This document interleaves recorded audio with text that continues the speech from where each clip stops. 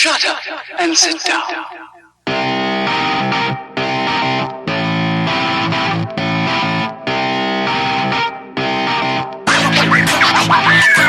Welcome once again to another episode of the Shite podcast show. Mark and Ken. What's up? 126th episode of the Shite podcast show. Yeah. And we keep rolling on. We're getting closer to 200. Yeah. We keep bringing up 200. Yeah, like it's a big countdown. We're starting from now.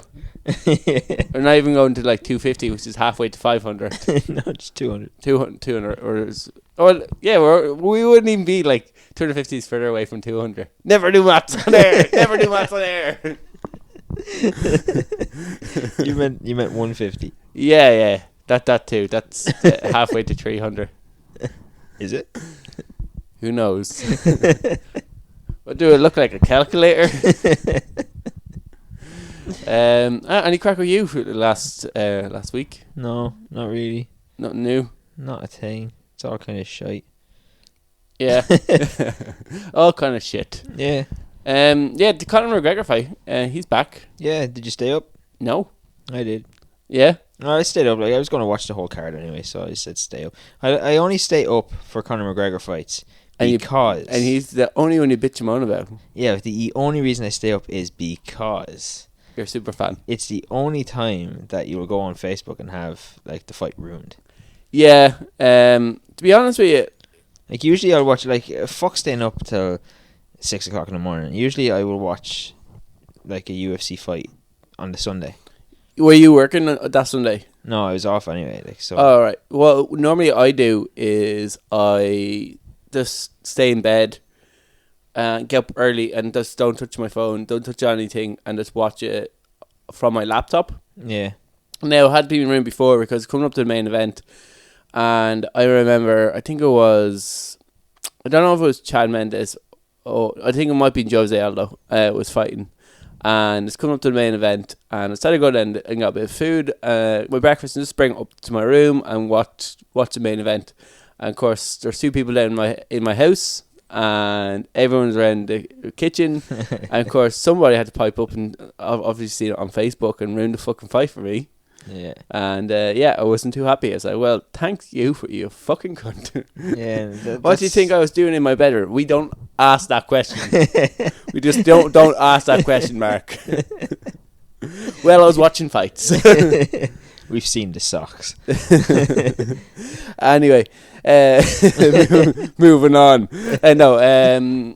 So like, I don't really mind too much the Conor McGregor fight or any fight really being ruined anymore for me as much, because I don't even watch it the next morning. I kind of watch it while I seen it on Facebook. Now I will eventually. I'll go and I'll watch fights on the card that I want. Yeah, but it doesn't bother me. I'm not as big into as I was when I was growing up, and I had to see every card. I just like I'll man of leisure when it comes to MMA. Yeah, like I won't watch every card, but like there's certain fights that like I'll rewatch certain fights like from the past and stuff. But like even though I know what way it's going to go, yeah. But for the first time I'm watching a fight, I don't want to know who the fuck's going to win. Yeah, I can understand that. But like now the fact like what I used to watch on the UFC Fight Pass. They used to share the pay-per-views the next day, and you might have to pay £20 to it. And say they're getting like Air Sports over here, and now I think it went to Box Office. Then BT Box Office. Yeah, BT Box Office, which makes more sense because at least you don't have to sign up for like a monthly subscription just to watch. Yeah, but one event costs more than a monthly subscription. Oh, does it? What's? Yeah, it's like £30. Monthly subscription is like €60, €60 a month. Is it? Yeah, something like that. I think so. I think it's about £50 or £60. Unless like to like add sports and stuff to your Sky package is like a tenner. I think that might be just Sky Sports. Might be added it, but no, I remember because I added it for a Conor McGregor fight, and it was like you had to give them a month's notice. Do you want to cancel it? Before you cancel it, so you basically they're stinging you for 2 months. Yeah, because you're gonna. So let's say you wanted to just watch for the Conor McGregor fight, well, you pay for the month. But then you have to write to them and tell them you want to cancel. Yeah, and so they'll take the next month. Dicks. Yeah, so you'll have to pay for 2 months anyway. But I think when I paid for it last time, this was just for the BT ESPN, was like €60 a month. Now, I kept it on for a bit because I wanted to, I think there was a bit of rugby on around that time. I said, well, I'll watch the rugby and I'm sure there'll be other things on. Yeah. They might show like Cage Warriors or something like that. And I'll watch it from there. But yeah, I ended up losing my card, so I don't have to cancel it. How else are they going to take the money? Dickheads. So we end up so I just left after that, didn't bother renewing. So I think now that they kind of got in there and they said you weren't allowed to put on UFC had to wait a week before they're shot on UFC Fight Pass. And then a lot of sites, they take down the fights. A lot of the ones you can watch it online. The streamings, which we don't recommend because it's illegal. So I don't really bother now to see the next day because I know like it's just too much of a hassle trying to find somewhere or somehow to watch it. Like they make it impossible just to pay off once-off payments. And now I guess with the box office makes it a little bit easier. Yeah. But still, I'll probably just watch it on UFC Fight Pass in a week. So it doesn't really bother me if I know what happens. And like most of the times, they're on YouTube anyway. Like I remember the Khabib fight was all on YouTube. Yeah, there's people like on YouTube, like, again, we don't recommend doing it, like, but kind of scamming it. They were like live streaming it. Yeah. And like taking out the audio and stuff. There's one guy like pretending he was playing like UFC, the computer game. Yeah. He was like doing commentary on it himself. That's how I watched that fight. Oh, the McGregor fight. Yeah. So yeah, no, my sister showed me a video of the full fight. She goes, "You want to see the fight? Here you go." And I seen it. One of the big things that we probably should, when we look back on it, like talk about. A lot of people are talking about the shoulder strikes, like that there's this newfangled like move that Conor McGregor had shown up. Now, admittedly, I've never seen them used as effectively as that. It's kind of like stomping the feet. It's kind of an old school move to hit your shoulder blade into someone's face. I remember somebody showing it to me on side controller or mount that's what he used to do when he had a fight and he was in side control. He'd lift up his shoulder and he'd keep dropping his shoulder into the guy's face and your collarbone. I remember seeing it like when I did MMA, so it was like it's gone around for a while now. But I'd never seen it used as effectively. I thought it was to generate as much. Break a guy's nose with your shoulder blade is pretty impressive. Yeah, like he's got a fractured eye socket as well. Yeah, well, like, that could also be from like the. I think the kick though was lower. The kick was like, well, it could be from punches, I suppose. Yeah, I think the punches, like, he has the piston of a left hand. Like, it really is. Like, he is some weapon. You really have to like respect it. Now, Cerrone isn't a welterweight. I know they're fighting at welterweight, but both guys are like lightweights. It was like kind of when he fought Nate Diaz. Nate Diaz is more. He can balloon up to be almost welterweight weight, but he can also make lightweight if he needs to. Like, I don't think Tyron Woodley would make lightweight. Oh no, definitely not. No, like he struggles. He's too big. Yeah, he struggles to make. He sort of makes welterweight. Yeah. Yeah. So like I don't like. There's people there like Conor would make lightweight. Probably like if you give him a few months, could make featherweight. Like, so he looks fucked when he makes featherweight though. Oh no, it's definitely not. It's not like healthy for him to make like those weights. He does not look well. When he's definitely like staying. Well, welterweight definitely suits him because if he's cutting anything, it's very very little, and he's fighting his natural weight. Now, if he fought like guys who are like Cerrone, like maybe Dustin Poirier or people who are heavy lightweights, and doesn't go up against like a fucking like Tyron Woodley or what's your man's name that he wants to fight? Masvidal. Yeah, Masvidal. Like guys who are legit welterweights, borderline like middleweights, probably should be in middleweight. He'll be okay, and at least he can drop down. If you want to fight Khabib for the title, he could drop down relatively easy to make lightweight. Not lightweight, yeah. Yeah. The only thing I hate about when Conor fights is all the the blow-in fans coming in, voicing their opinion. Casuals. Yeah, casuals coming in. And, like, I don't do as much with sports that I don't really know about, or at least when someone who I know... I think usually it's something that you don't do. Like, I don't watch football. I'm not going to start talking shit about football. No, if I'm talking about football, and I'm talking... Like, I remember one time I was in a pub, we were watching... I think a Liverpool match, and there's a load of football fans around, as you would expect watching a football game.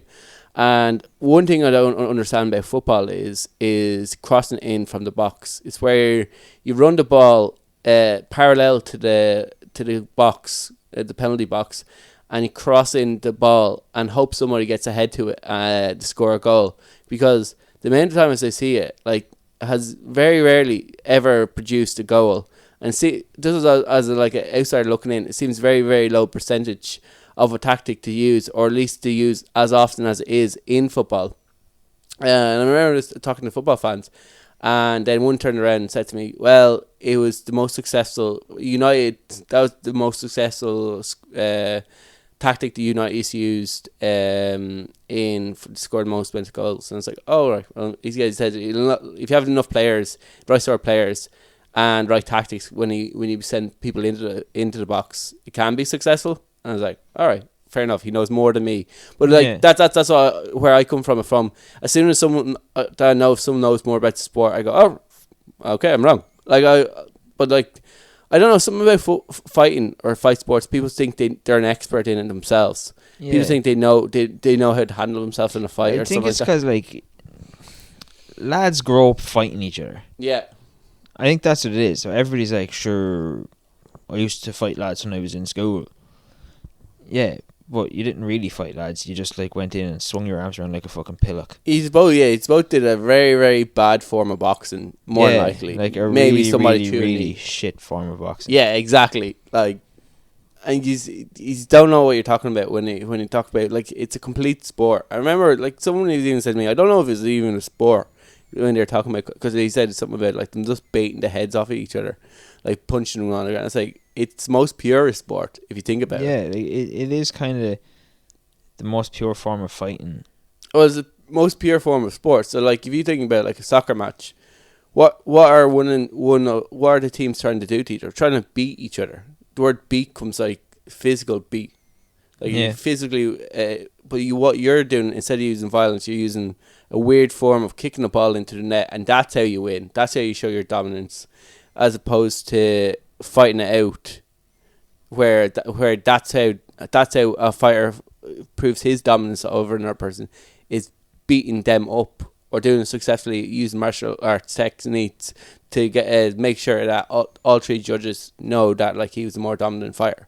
Yeah, that to me is more pure than like grabbing a ball and slamming it down at one end of the pitch to prove your dominance, or pushing each other in a scrum. Like, and I'm a fan of rugby. I think rugby is one of the more exciting ball sports there is. I think we should point out at this stage that we're not actually like slamming other sports. We're not slamming other sports. We're just saying. We're pointing out the differences. I think it's more pure. Like in terms of like physical competition. The way you definitely got the upper hand is by beating a person up. Like, not necessarily beating, but I think 1-on-1 is more pure than like... Yeah, team sport. There's obviously more tactics go into... Well, even because there's a lot of tactics in mixed martial arts. Like, it's a very complex puzzle to like solve out. You've more people though to enhance your tactics when you use a team sport. Yeah, exactly. You can have a player who's having a bad game or not executing, and he might be able to blend into the background of a team, or be even just taken off. But if like Cerrone, even kind of like, I wouldn't even say Cerrone's tactics going into the fight were bad if you think about it. Yeah, like clinch him early on, close the distance, take away his power shot, dip under the left, and countering off the left strike, and try wrestling him, keep him tired until later rounds, and then once he's tired, then strike him. That's not bad. Like, I think just on paper, that's not bad tactics. McGregor just anticipated that's what he was going to do. McGregor, one of the biggest things people don't talk about McGregor, they talk a lot about his left hands. They talk about his getting inside of people's minds a lot. they don't talk about how much he studies his opponents. Oh yeah, like he probably watched all of Cerrone's fucking fights before that fight. But like even going back to the Aldo fight, and there's a clip of him in his change room, and he was mimicking which way he thought Aldo was going to move and how Aldo was going to start the fight, and then he also countered what way he was going to finish the fight, and it was exactly that way. Because he had studied Aldo so much. He studied his movement patterns. He studied how he starts fights. He studied what shots he uses the most. He studied that he's probably going to be coming in aggressive, and then basically said, all right, he's going to come, more than likely he's going to come in like this, and I'm going to do this. I don't think he sticks to a game plan as rigidly, but he understands the person when he gets in it. He knew that Cerrone was going to go for a clinch. Yeah. And he knew what Cerrone's plan were going to be. So like, I think that takes a level of studying your opponent that people don't often give Conor McGregor enough credit for, is studying his opponents enough. Yeah. Now, going into this story, I was like, it's, this podcast is going to be out on Thursday. This fight happened, like, for Irish people, this fight happened Sunday morning. Yeah. In America, it happened on Saturday. Is there much point talking about it? Like, a lot of people don't listen to the podcast at the weekend anyway. It'd be a full week. Yeah. Might be no story. But then I seen a tweet that Conor McGregor. There's an offhand, Ken. Who is your favourite president? Depends what country you're on about. In the US. In the US? I'm going to go with Kennedy. Yeah. A lot of people would say, I probably would say JFK as well. Yeah. I would say JFK myself. Conor, after, I think Donald Trump congratulated Conor on his done. And I want to get the exact quote off it, but it was something along the lines of, I think I have it here somewhere. Yeah, of you're the GOAT of presidents of America, or I something. have it here. Yeah. So Trump said, "Congratulations on your big UFC win," and McGregor responded and said, "Phenomenal president, quite possibly the USA GOAT, most certainly one of them anyway, as he sits atop the shoulders of many amazing giants that came before him. No easy feat. Early stages of term also incredible. Congratulations and happy Martin Luther King Jr. Day." Yeah, so like, this is the whole new side of Conor that he's trying to project to the world. Now, it could be because of his whiskey company. Possibly this could lead to him in the White House with a bottle of Proper 12. With the honest to God, what would that do? What would that do just for share prices alone of Proper 12 whiskey? Or even prices in the US. Actually, coincidentally, with Proper 12, like, you struggle. We do anyway. Where I work, you'd struggle to sell like a case of that. Yeah, like in a month, because just nobody wants it. Yeah, nobody wants it, and it completely sold out Saturday. Oh, really? Yeah. Yeah, that's amazing. Yeah, a lot of people obviously bought the bottle. Yeah. Said they'll have it. A lot of people just forgot about punching the old man. A lot of people who were like criticizing quite rightly for punching the old man in the pub for not drinking his pile of shite whiskey. Where the first ones to be buying these bottles. I've seen so many pictures of Proper 12 photos, and then obviously the fight. Like, people are obviously doing a kind of a Proper 12 night in. Yeah. But yeah. Have you tried it? Have we talked about this? Have you tried the whiskey? No, I haven't tried it. It's made from Bushmills, so I shouldn't call it a pile of crap whiskey. Bushmills. It tastes like an air freshener. Oh, okay. I was going to say Bushmills make pretty good whiskey. I'm a fan of Bushmills are okay, yeah, but this tastes like an air freshener. Oh, I haven't tried it. I'm probably not going to try it now. Thanks for the heads up. But while Conor was tweeting Donald Trump and trying to redo the damages that he did to his reputation before and post Khabib fight, another one of his former teammates were trying to destroy his... Also involved in politics. Who was actually trying to destroy his political career quite right. So Paddy Holohan has a podcast called the No Shame Podcast. Yeah. I've listened to a few episodes. He's pretty good. I've heard clips of it. Yeah, I'll be kind of like you. I haven't sat down. Same way as he's heard clips of the Shite Talk podcast. Hopefully so. It's going to delight that we're talking about him now. Yeah. So like I think the most I watched was when he had Jerry Adams on, and in fairness, Didn't even know he had Jerry Adams. Yeah, Jerry Adams on. He talked about how Jerry Adams had I think either did boxing for a bit or had a brother who did boxing for a bit. As you see, I was engrossed in. I was kind of doing two things at once. Kind of one. So you talked to Jerry Adams about boxing? Yeah, and I talked to him about growing up, and wherever Jerry Adams grew up. I wasn't fully listening. Wasn't fully listening to the podcast. To be honest, I was doing two things, and it's kind of had on in the kitchen to annoy my dad. If we're all honest with each other, that's why we do most things to annoy our dad. So like anyway, so his podcast has recently come into a lot of heat over comments that he made on the podcast, where he brought up anecdotally a story of a lad who came to him and told him how, I don't know if it was the lad who told him that a girlfriend or a girl was threatening that she would go to guards if he didn't pay him money. I think it was like a weird meant like 10 grand. Like that is actually like that's just like it just seems like a number that's just like pulled out from thin air. It says like I think it was like 10 grand. Like but anyway, or else she goes to the guards and say that he basically sexually assaulted her and said this is happening loads on the podcast, and obviously a lot of people obviously thought this was unacceptable, including Sinn Féin. I think Holohan apologised. The exact quote though was "scumbag women," wasn't it? Yeah, scumbag women do this a lot or something. Do this a lot. Now, do you know what? I like Paddy Holohan. He's a good guy. I think I've only ever met him once. He seemed alright. He seemed like he's a down to earth guy.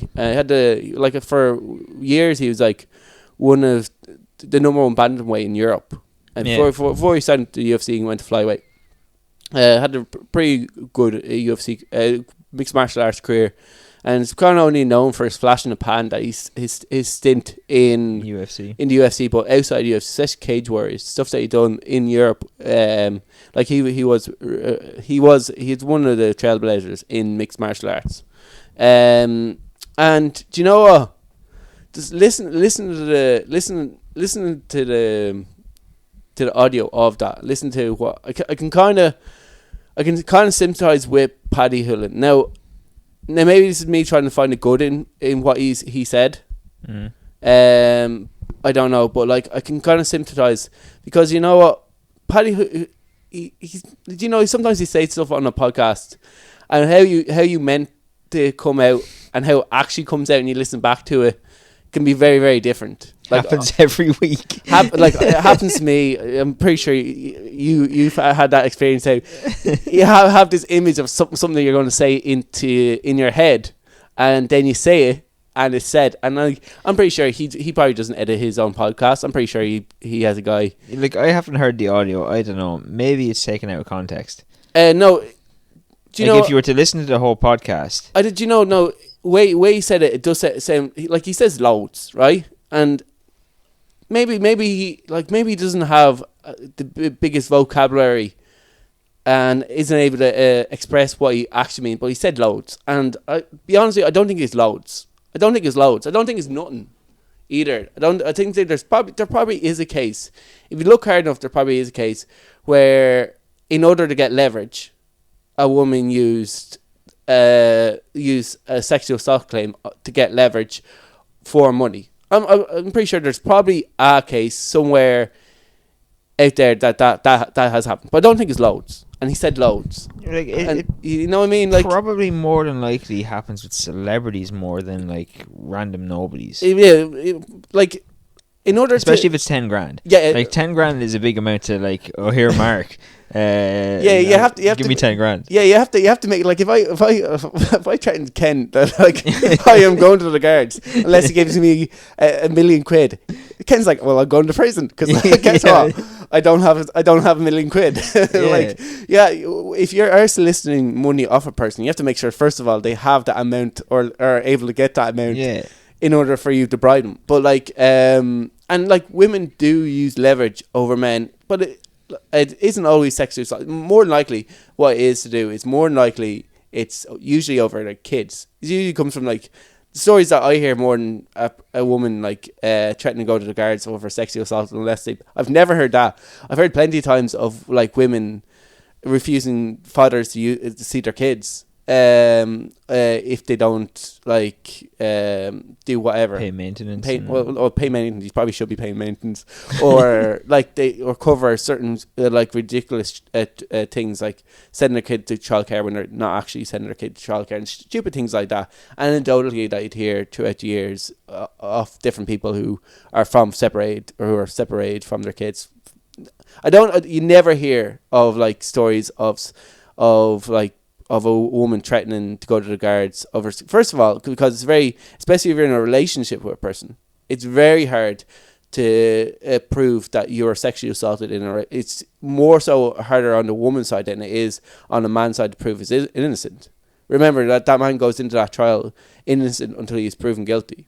Alright, yeah, so it'd be harder for the woman to prove that she was raped. Then it's more on the woman's side especially in a relationship on that. So like, even if a woman did go to you and say, alright, if you don't give me money, I'm going to the guards and say you sexually assaulted me, well, she better have some really, really good proof that, like, she'd have to have like bruising and that she'd have to get a test.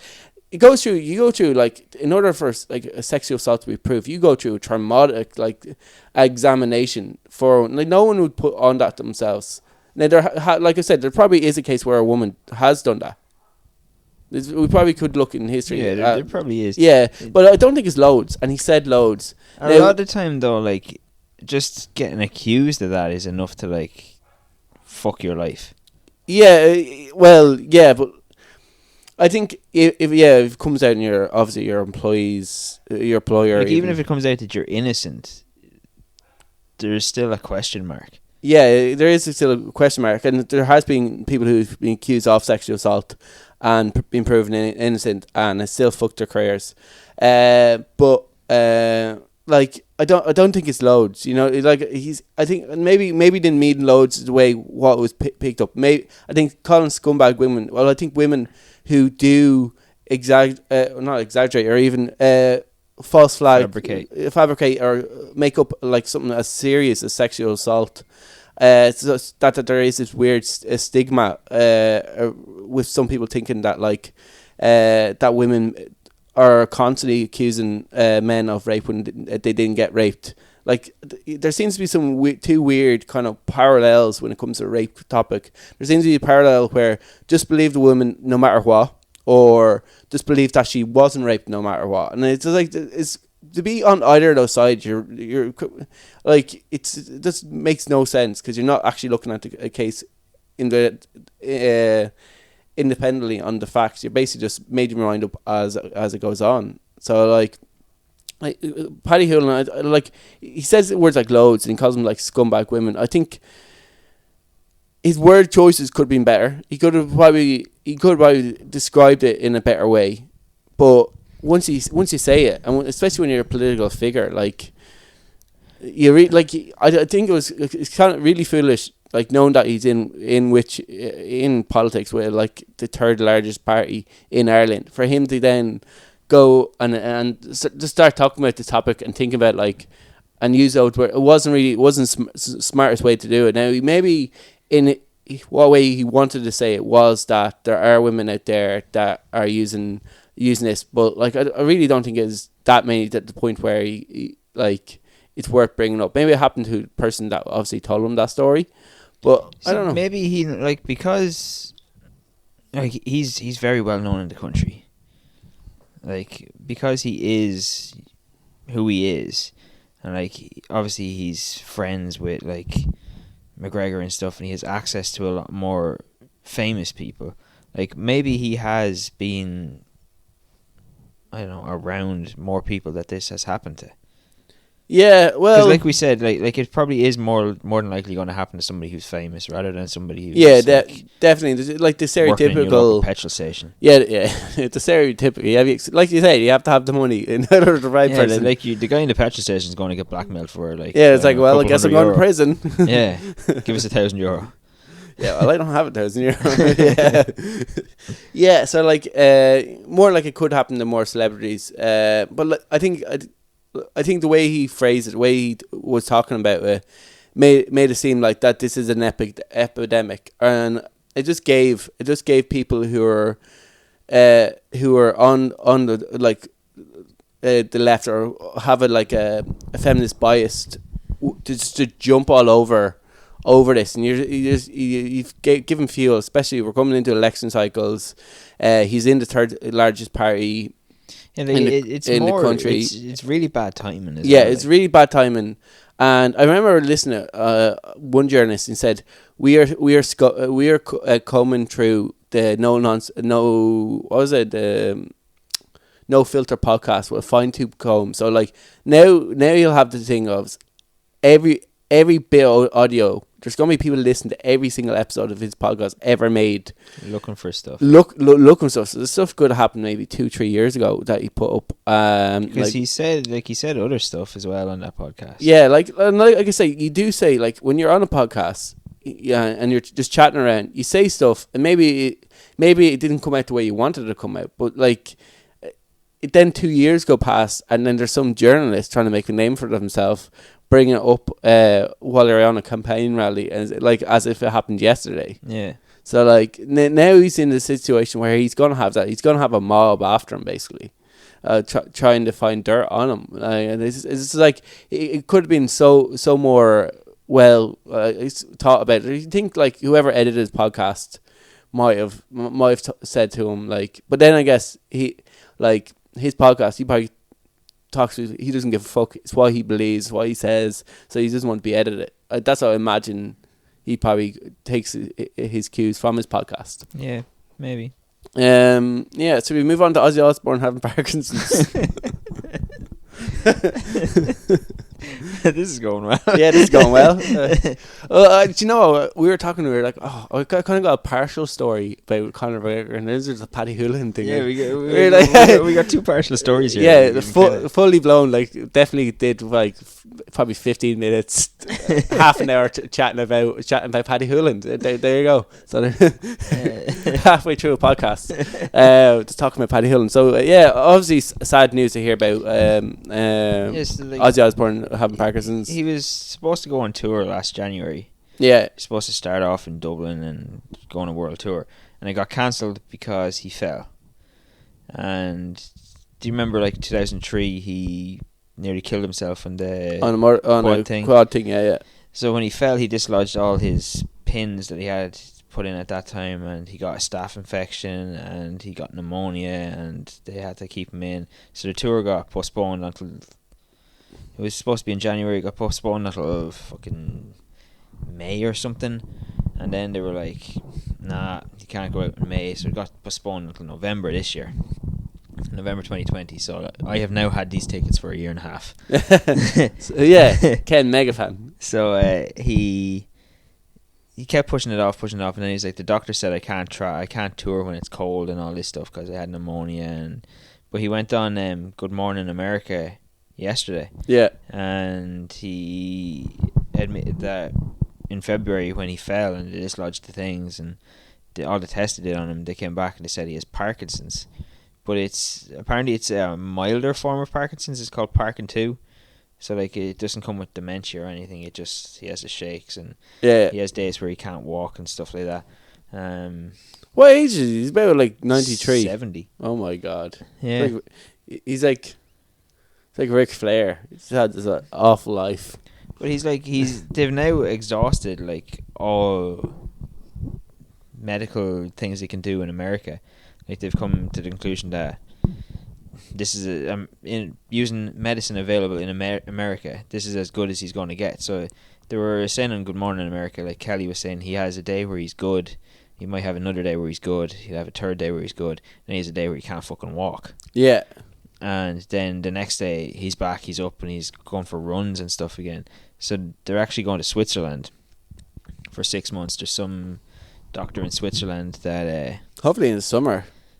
Oh, he's going now, I think. Oh, he's fucking he had pneumonia and he can't get cold. Going to Switzerland's not a great idea. I think the can't get cold thing was probably just covering up because he had Parkinson's. Yeah. Well, he's going to Switzerland now, and they're doing... Some doctor over there says he can lessen the effects of Parkinson's based on whatever the fuck he does, nutrition and acupuncture and stuff. Yeah, there's definitely that definitely if he reduces like grain out of his diet, that reduces inflammation. Stick to more of a plant-based diet, maybe even reduce red meat, and so he's going to see what happens anyway. Saunas.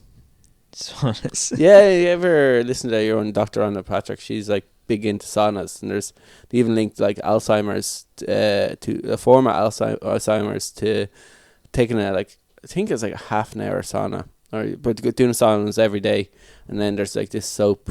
This sounds like such bullshit, but like it came. Is this something you learnt in a yoga cult? No. There's like there's a book called End of Alzheimer's, and it's in that, and there's like this soap.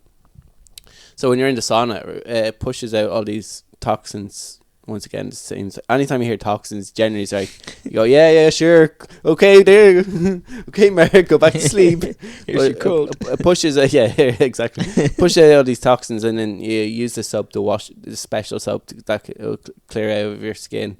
And it's meant to reduce the effects of Alzheimer's. There's like 3 genetic dispositions to Alzheimer's, and if one affects through sugar and carbohydrates, one is it's basically your brain, something when you eat like sweet stuff, your brain doesn't process it the same, and or it's just I'm not intelligent enough to explain it, but one's carbohydrates, one is to do with some other thing, and then one's to do with something to shower.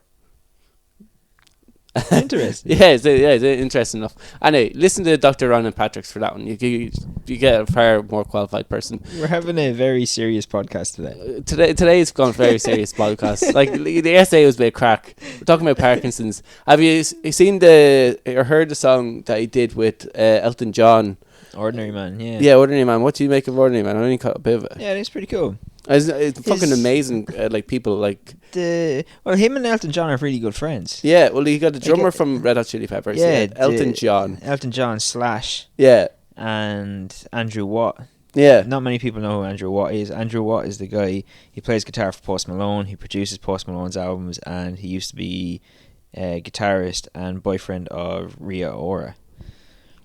All right. Yeah, so that's who Andrew Watt is. Andrew Watt's a pretty cool guy. Yeah.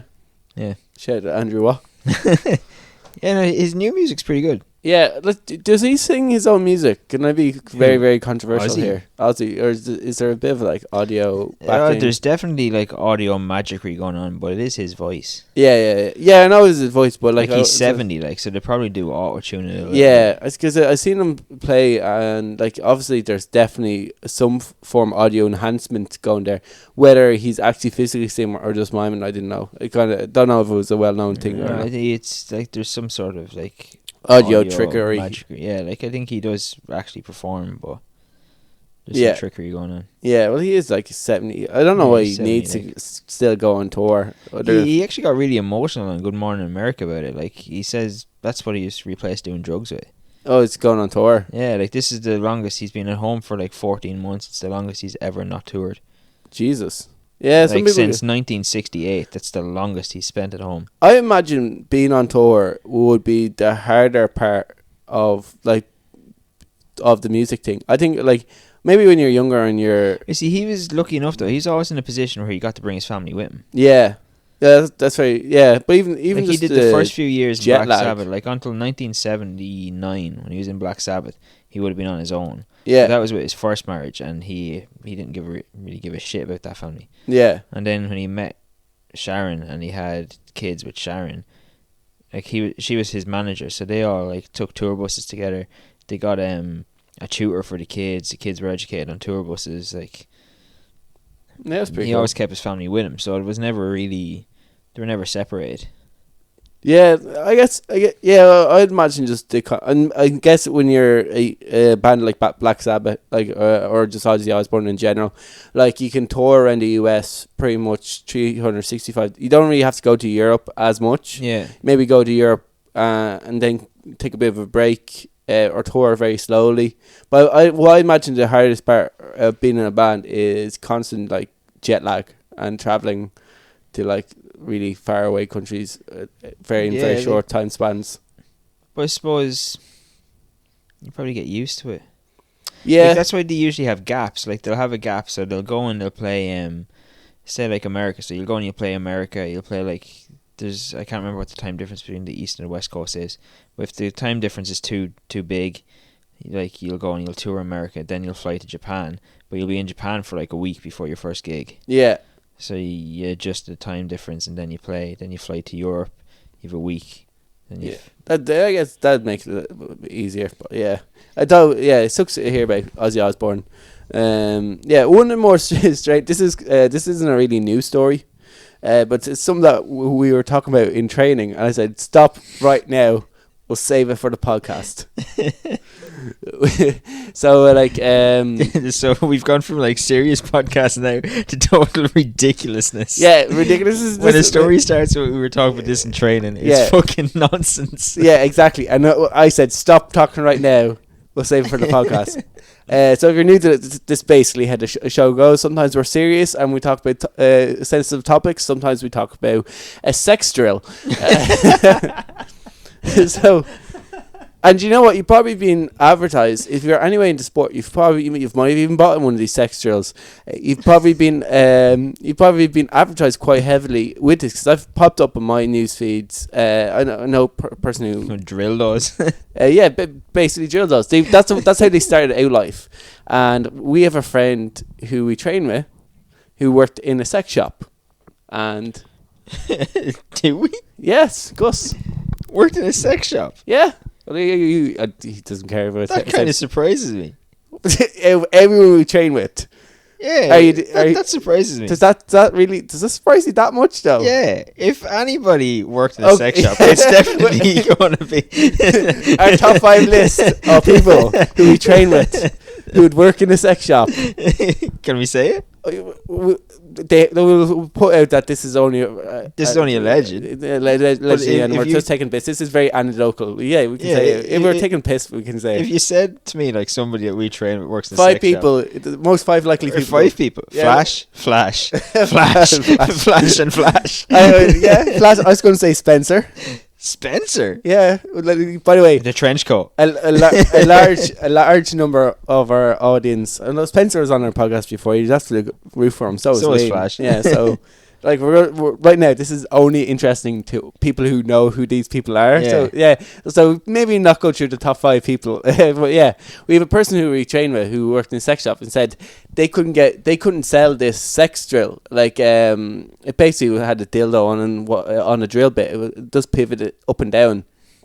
It still does, and the idea was just basically it could be used with a partner or without a partner. You could pick, and there's like different settings.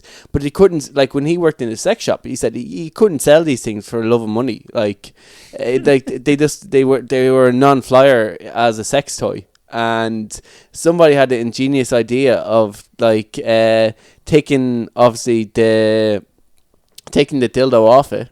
Yeah. And they're replacing with like a plastic ball or a foam ball or whatever you're using, and it's now a massage fucking drill that where people are being advertised.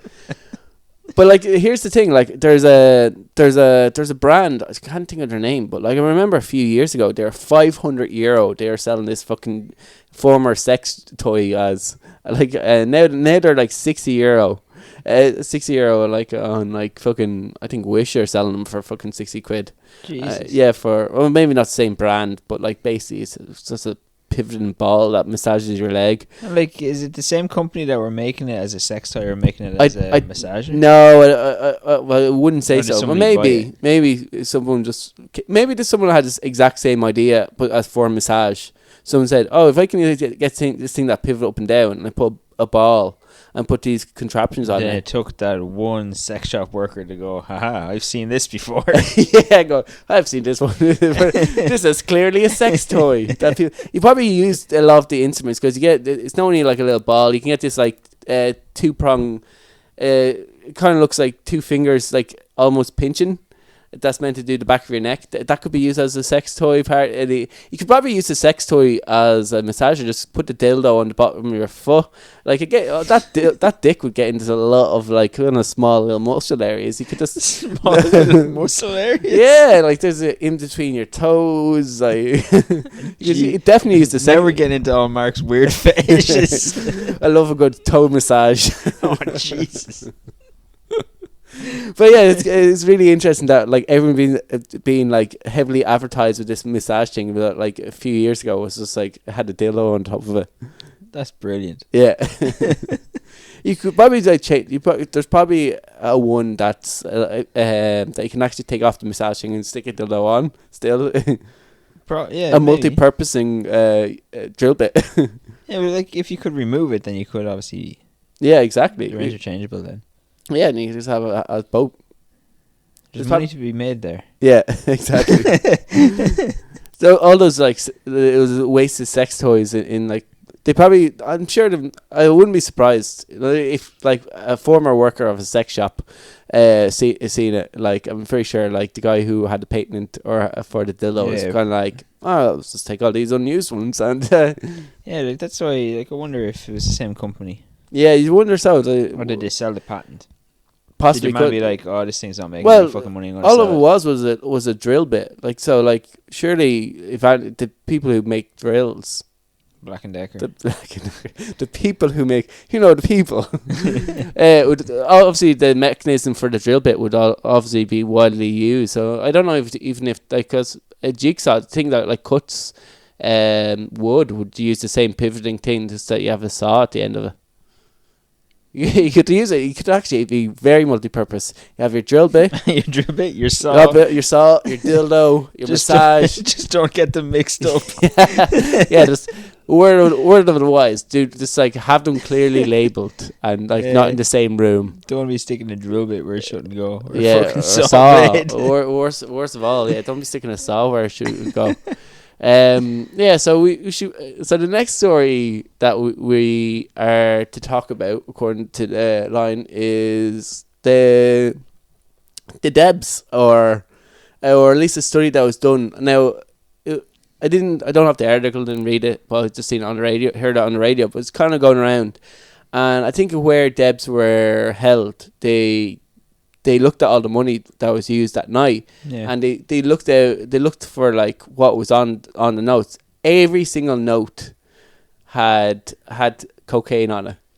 Yeah, it doesn't surprise me at all. Yeah, like I thought, like, now it doesn't necessarily mean the kids were doing the cocaine, but yeah, like obviously money's in circle. Like the dirtiest thing that you're gonna touch in a day is money. Yeah, because like it's just being around. It's being fucking everywhere. Who knows where the fuck it was? Yeah, exactly. Who knows how old the notes are as well? Yeah, like it's being everywhere. Yeah, so like they also found like some other weird weird things on it. Like there was like I think tan on a few of them. And it wouldn't surprise me if you found drugs, blood, tan, alcohol, probably piss and shit on notes. Semen. Yeah, probably see a small quantity of semen. What have you been doing? Oh, there's no tissues.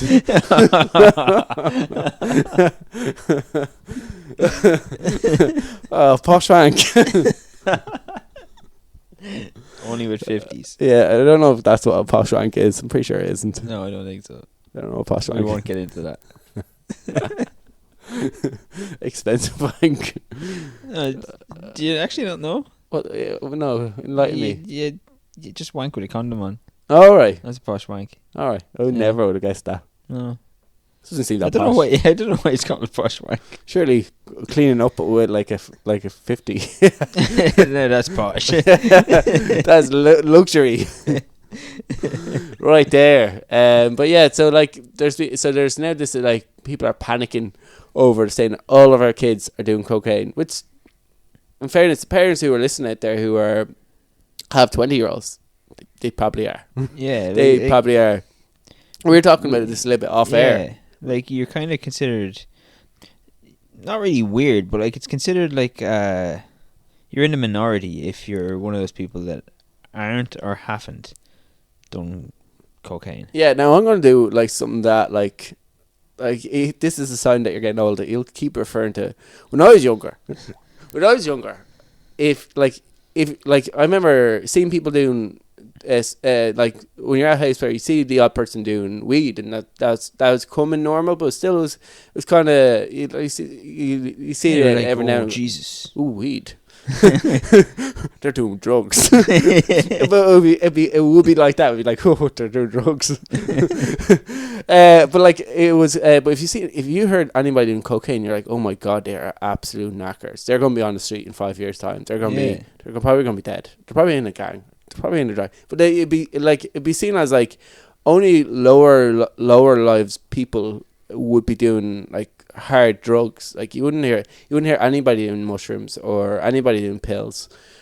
Cocaine or ecstasy, I guess you would hear the odd people doing ecstasy, but like it was for like people who are like rough around the edges, let's say. I don't know, was that were you're a little bit older than me? Like it was when I was in school it was kind of the same. Yeah. Like I think when we got to 6th year was the first time that like somebody said, oh, so and so like out with the weekend there he was doing cocaine. It was like, what an absolute scald bag. Yeah, exactly. Like you'd be judged if you did cocaine. But like it's kind of become not normal, but like it's more common. I definitely think it's I'd use the word, or else it's not more common. It's just that more people know that more people are doing it. Yeah, well, maybe more people know, but I actually think it is come to word. I'd use the word common. I think it's definitely common. It's like if you go to a nightclub, or even if you just go out to the pub at the weekend, like you're going to see at least one person, or you're going to hear one person when you're in the jacks or whatever doing cocaine. Or looking for cocaine. I remember or selling cocaine. I remember I was out on a night out with a person who was in their early 20s, and we were chatting about this exact topic. We were chatting about like drugs, because like me and my friend were talking about, we're basically saying the same thing we are saying now, is that like you'd see people doing a bit of weed, and like by the time I left school, most people I knew had smoked weed at least once, or are regular smokers of weed. But no one did hard drugs. Like if you did pills, or I remember someone bragging about mint pills together, and I was like, these guys are knackers. I was like, but he was like, no, like it's gone full circle. It's gone like it's gone as common. If you don't do pills, or if you haven't done pills, cocaine or mushrooms or something along that line, something a little bit harder, it's kind of like a non-drinker. You're kind of like, oh, you haven't, like it's gone that like what we would consider people who don't drink. That's how common it's gone in the country. Now the report on the radio is saying 14, which seems very fucking young. 14. Yeah, 14 years old. They have people coming in to seek like kind of drug rehabilitation centres, or have cocaine into the system. Now, I don't think 14, I think it would be very uncommon for a 14-year-old to do cocaine. Well, like, there was, after I left school, there was a guy in first year. Yeah. He was like 12, 13 or whatever, who was expelled from the school for dealing cocaine. So yeah, there was obviously a market there. So, like... We always got in trouble for selling, like, pirated albums. That was a big black market when I was in school. It was like buying like a pirated Nevermind. Like it's just kind of like I don't know. It shows you how kids are changing. Yeah, like I guess like I know a lot of people blame technology and stuff for it. Like, not really. I don't know. I think there's a level of escalation that happens in every generation. Like, I don't know if I don't think my parents ever went knacker drinking. I wouldn't say my parents ever went knacker drinking. Maybe they did, but but like, they probably didn't have to. Yeah. Because, like, back when our parents would have been young, like, towns and villages and even cities and stuff, like, would have been a lot smaller. Pint? Yeah. Like, they would have all been smaller.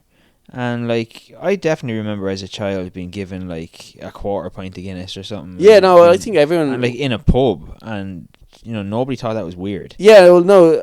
or your granddad your being parents like... would let you finish the pint. Yeah, or your granddad being like, this lad won't shut the fuck up. Give him a bit of whiskey. Like, brandy calms you down. Whiskey. Yeah, it's just like... Don't be giving your kids whiskey now.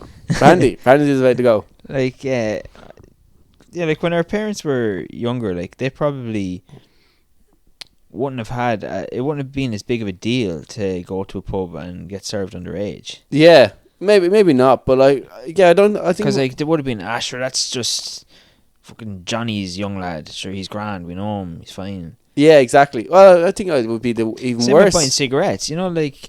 Well, you used to send like, the kids down. Yeah, as kids, I used to go down to the shop. Like, and be like, my nanny wants 20 John Player Blue. Yeah. Well, you probably knew your nanny smokes John Player Blue. Yeah, and you man in the shop be like, right, grand.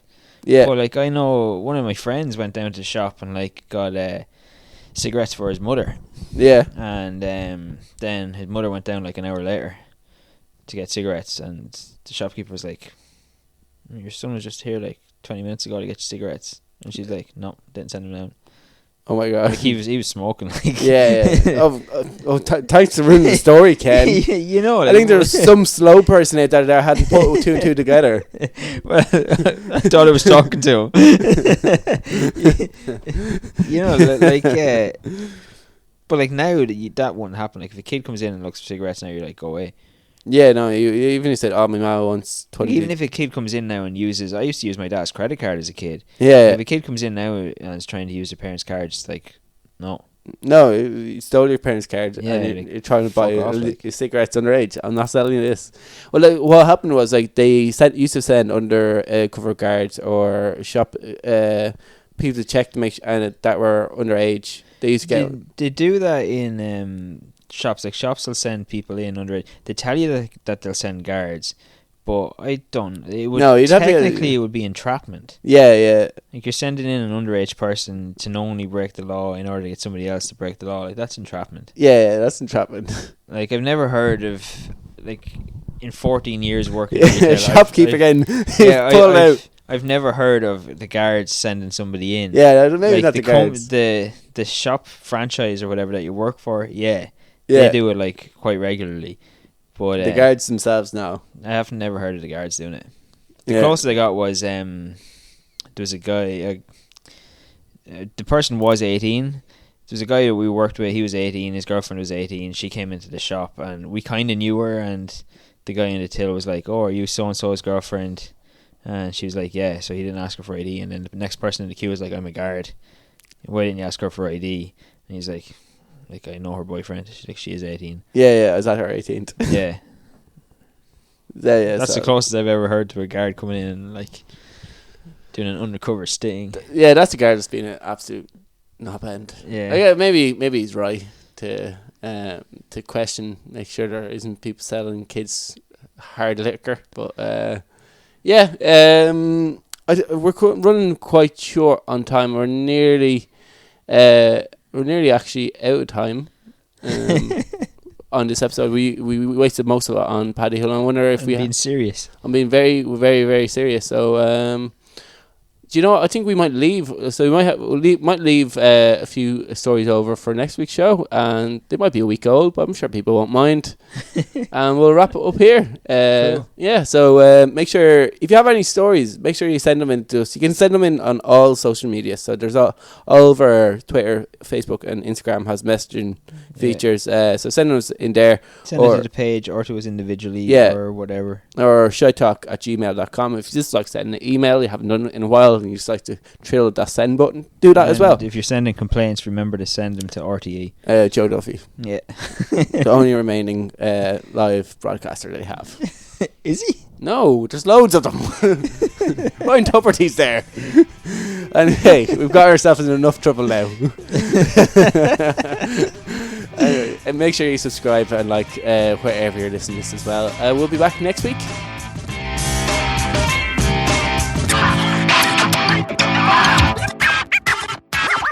Shut up and sit down.